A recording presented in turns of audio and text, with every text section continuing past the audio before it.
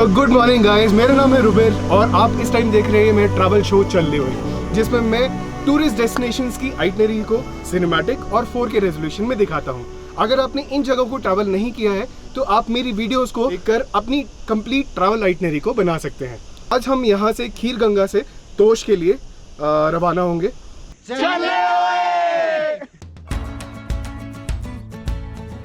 खीरगंगा की ये सुबह बिल्कुल वैसी थी जैसा कि मैंने एक्सपेक्ट किया था।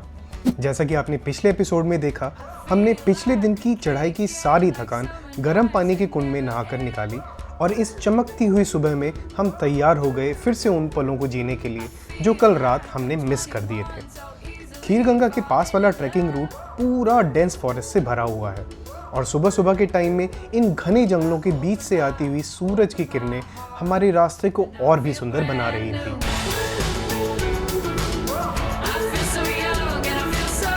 आज हमारे कदमों में तेजी थी। कल के ट्रैकिंग एक्सपीरियंस से सीखकर हम लोग चल पड़े तोश की ओर, पर इस बार थोड़े तेज कदमों के साथ। अरे वाह, अच्छा आप नेपाल से हो? धर्मनोरी चाट बना। हाँ, नींबू है, नींबू क्या? डाल दो, थोड़ा सा डाल दो। इन बूढ़े बाबा ने हमें बड़े बड़े मशरूम भी दिखाए जिनकी यहाँ सब्जी बनाकर खाई जाती है। हम लोग आज वो सारी चीज़ें देख पा रहे थे जो हमने कल अंधेरा होने की वजह से मिस कर दी थी। आई होप आपने पिछले ब्लॉग में ज़रूर देखा होगा। छोटे छोटे झरने, पेड़ पौधे, वहाँ के टेढ़े मेढ़े रास्ते, साथ में तेज़ बहती पार्वती नदी, ये सब कुछ आज कितना फ्रेश लग रहा था।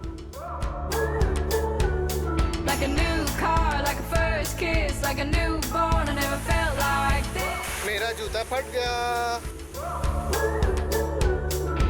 मैंने अपने जूते पर कुछ कलाकारी कर इन बेहद सुंदर रास्तों में चलना शुरू कर दिया।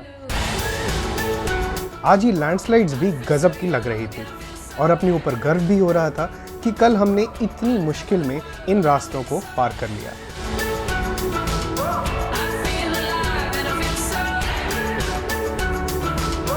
और हाँ, इस बार भी लोकल डॉग्स हमारे साथ चल रहे थे, बट ये वाला ग्रुप थोड़ा अलग था।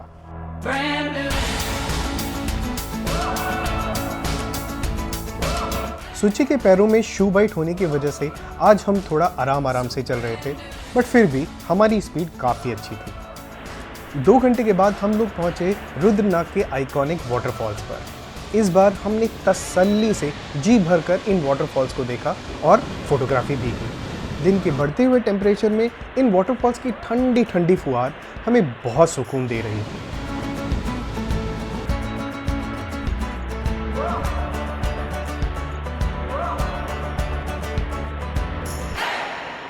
यहाँ तक का सफ़र बहुत ही मौज मस्ती से निकला क्योंकि यहाँ तक डेंस फॉरेस्ट की छाँव मिल रही थी, बट आगे का सफ़र पूरा धूप से भरा हुआ था जब सूरज हमारे सर पर चमक रहा था। और शिवाई! मेरे देखते ही देखते Srimoyee had a fall. She lost her balance और उसका सिर सीधे पत्थर पर जा लगा और वो बेहोश हो गई। हम सभी का मोराल बिल्कुल डाउन हो गया। हम सभी की नीचे उतरने की स्पीड बहुत स्लो हो गई थी। हम चारों में एक अजीब सी खामोशी छा गई। अब ये हरी भरी वादियाँ हमारे दिल को भा नहीं रही थी।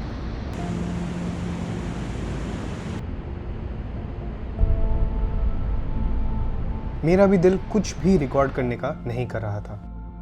इवन हम लोग ट्रैक कंप्लीट होने के बाद भी सेलिब्रेट नहीं कर पाए। So finally we did it.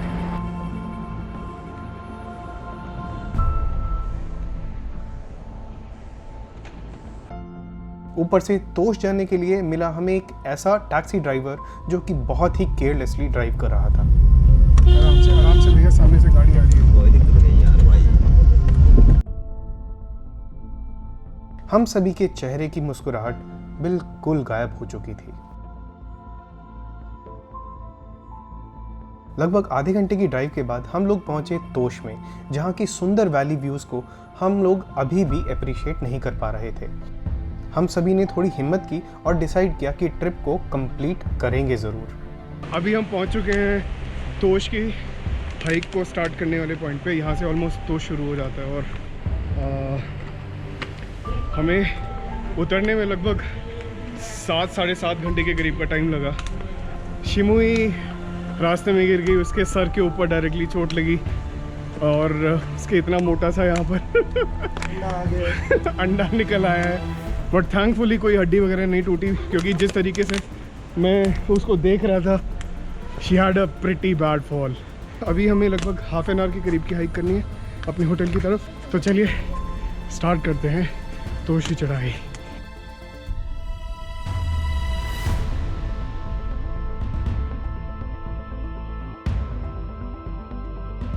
तोश एक बहुत ही छोटा सा टूरिज्म ओरिएंटेड विलेज है। हमारा होटल हाफ एन आवर की खड़ी चढ़ाई पर लोकेटेड था, जिसको हमने एक्सपेक्ट ही नहीं किया था।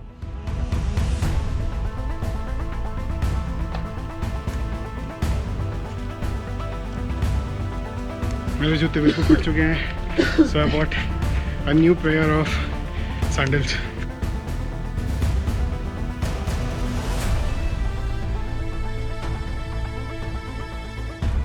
भाई लग गई, अब तो और नहीं चढ़ा जाता। कितना चढ़ाएंगे यार ये। इस होटल तक पहुंचने का कोई प्रॉपर रास्ता था ही नहीं।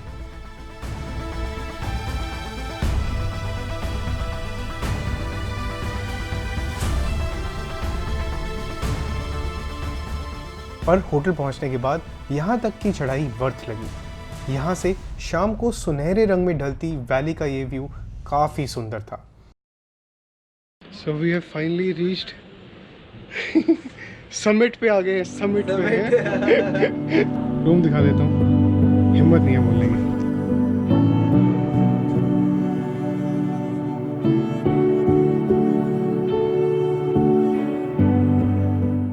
इस शाम को हम लोगों ने इसी सुंदर वैली व्यू को देखते हुए बिताया।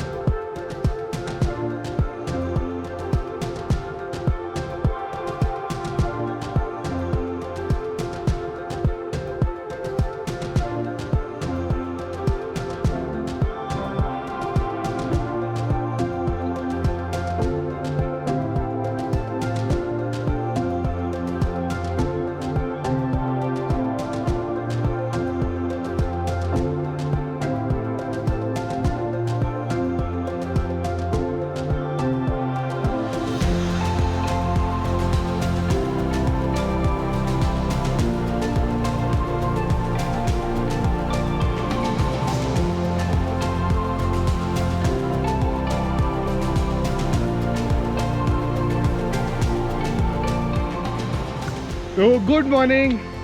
Now we are going to a place which is about an hour or so far away from this place, and it is actually a waterfall. लोग बोलते हैं कि ये बहुत ज़्यादा सुंदर वाटरफॉल है और बहुत कम लोग यहाँ पर जाते हैं। ऑल्दो सुबह सुबह के 8 बजे केवल, but can you see it's so bright and shiny. यहाँ पर कितनी जल्दी दिन हो जाते हैं यार। सुबह सुबह हम 5:45 बजे के करीब के उठे हुए, तब से मौज मस्ती करने में लगे हुए हैं।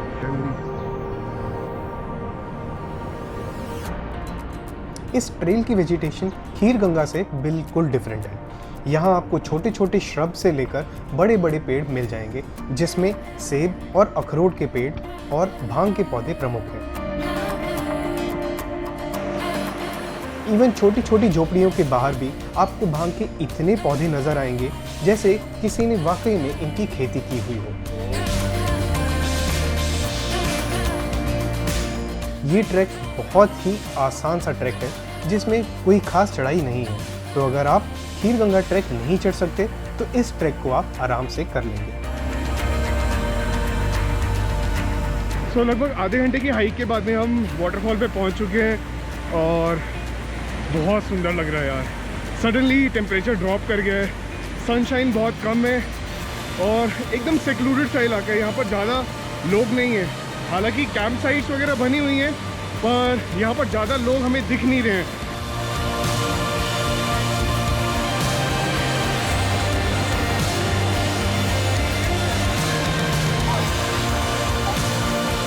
सुबह का टाइम होने की वजह से हमें यहाँ कोई नहीं मिला।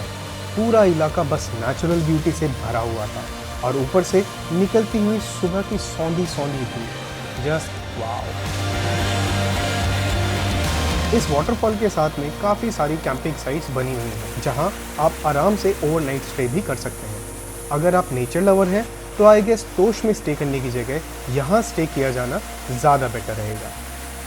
हालांकि ये कोई ज़्यादा बड़ा वाटरफॉल नहीं है, पर इस छोटी सी स्ट्रीम के साथ में जो सुंदर एरिया है वो देखने लायक है। हम दोनों यहाँ से आगे भी जाना चाहते थे पर कोई हेल्प ना मिलने की वजह से हम दोनों ने यहीं चिल करना पसंद किया। ठंडा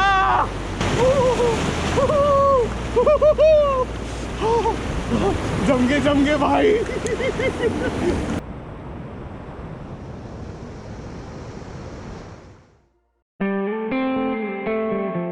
हमने तोश को आस्ता लवीस्ता बोलने से पहले अपना सामान पैक किया और निकल पड़े पिंक फ्लॉयड कैफे की तरफ। ऑब्वियसली अब तोश के कैफेज बहुत फेमस हैं तो यहाँ ब्रेकफास्ट तो बनता है बॉस।